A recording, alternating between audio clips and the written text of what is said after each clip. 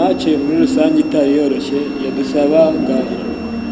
ni match itari yoroshye, ni match yagomba ko dushyiramo ingufu kuko match ya mbere twe twatsinzwe umukino na polisi, twagomba gushyiramo imbaraga zose kugira tugomeze tugume mu irushanwa kandi natwe igikombe tubashe uburyo twagitwara. Icyambere ni ukumva umutoza, nkumva konsigne, ibindi nanjye nkagerageza gukina na bagenzi banjye. Ikintu cyahindutse cya mbere nabanje kureba ibyahise nihe byapfiraga, basha kugerageza guhindura buri kimwe, yaba hanze y'ikibuga ndetse no mu kibuga, ya n'izindi nshuti zingiye inama kandi zimba hafi. Ikindi nshimira, naje mu ikipe y'abantu bankunda, abantu niyo nakinye nabi barankomeza. Ni muri ubwo bukene tugira mu ikipe yacu, ntabwo ifite ubushobozi bwinshi ariko tubasha kubana kandi tukabana neza. Nibyo nifuza, ariko umuntu arijyagira meforme atabishaka, ariko nawe nibyo nifuza kugomeza guprovinga. Birumvikana ni ikipe nziza kandi ni ikipe iri mu za mbere, ni ukugira ngo nerekane ko nanjye ndi umukinnyi mwiza, nubwo nayivuyemo anytime nshobora no kwisubira.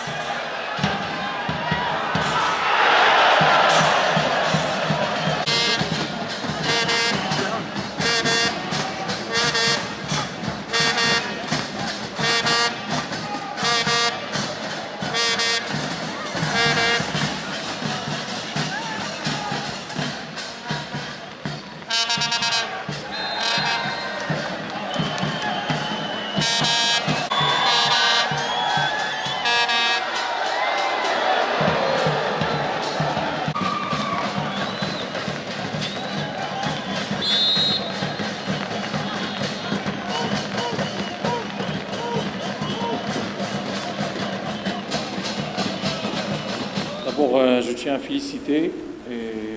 merci à toutes les composantes d'APER. Vraiment, c'est un match très difficile contre un adversaire très réputé ici au Rwanda. L'équipe de police qui contient des joueurs d'expérience, un coach d'expérience. Une équipe qui joue la concurrence avec nous pour la Ligue Rwanda, pour toutes les compétitions majeures du Rwanda. Le climat il était difficile, vous avez vu que le terrain ne nous a pas permis pour jouer notre jeu, mais à la fin, les joueurs, ils ont été des hommes dans le terrain et ils ont bien joué et on a gagné le match. Oui, mais Dani Nshuti, on les connaît, c'est des attaquants qui ont du caractère, c'est des attaquants qui jouent dans des différents systèmes. On peut jouer Dani tout seul comme on peut combiner Dani et Nshuti. Ils ont été très bons dans le match. Ils ont joué le jeu qu'on leur a demandé, soit d'être disponible pour les milieux de terrain, soit être disponible lors du jeu court, être disponible lors du jeu lent,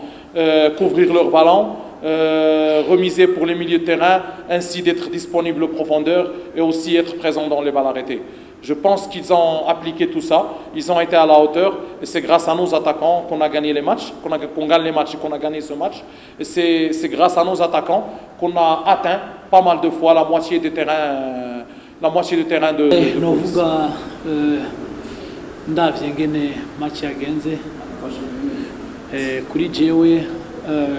kuri equipe yanje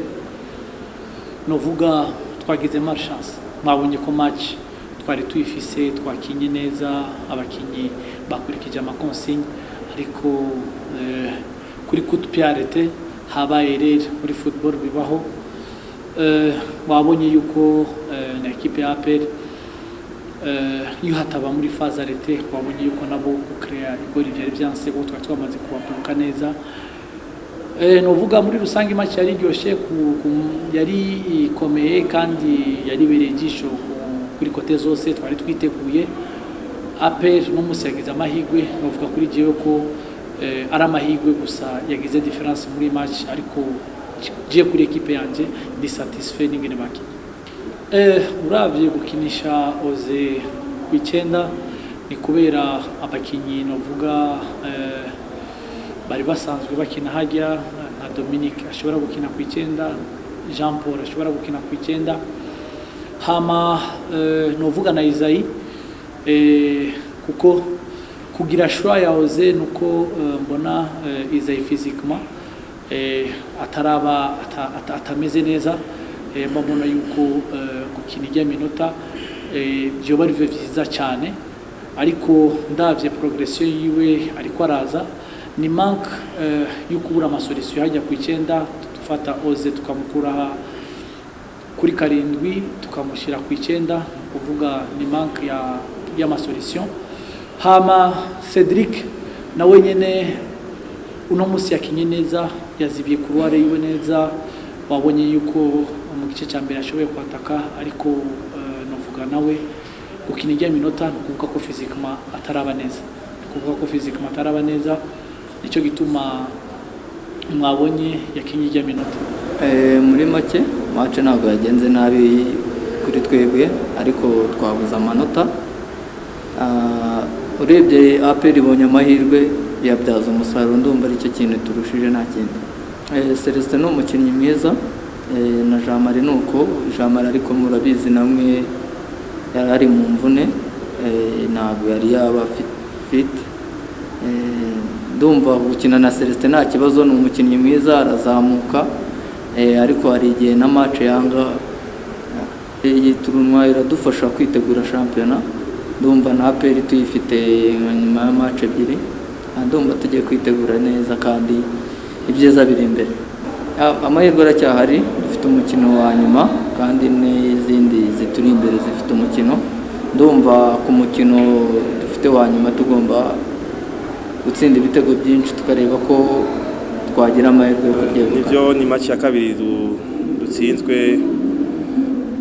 ni match novuga itari yoroshe kubera uravye ikirere ngabo ntitwokwitwaza ngo ikirere ngo hari imvura cyangwa iki twese twakiniye mu mvura novuga ati Kiyovu yaturushije yari merita gutsinda bobo bari bakoresheje imbaraga nyinshi kuturusha novuga ko ari cyo kintu cyatumye Kiyovu dutsinda bo barafite determination twebwe ntitwashoboye gushira izo mbaraga dushobore gutsinda. Bibaza ko uravye ingene twatanguye umwaka twatanguye dufite icyizere dutsinda amaci abiri ya mbere twakinye gusa nibaza ko ubu novuga ko icyizere ko kiragenda canke novuga ritme kiragabanuka kubera uravye tunama amaci 3 akurikirana dutsindwa mugabo ni ibintu bishika muri football tuzogerageza turabe amakosa ahari tugerageze dukosora dushobora kuvanga kubera ni kocha ni afseshwa ziwe niwe adutwara niwe apanga liste agapanga n'ingene dukina iyo wewe avuze ati nakakina haca nkahanye uravyubahiriza kubera niwa gutwara niwa yamagutoza iminsi yose uragerageza ukurikiza akubwiye naho utawukina mu mwanya wawe ngabo uragerageza iyo kocha akubwiye ukina urakina nta bintu byo kuvuga ngo yatsigina cyangwa iki kuko nawe ngira wabona ko ushobora kuzana ikiruta hajya wahora ukina ngabo byose nishwa zakosha nta ushobora guharira urakurikiza akubwiye nta kindi agwego namanuye gusa gihe nava muri kane kubera nigeze nduhuka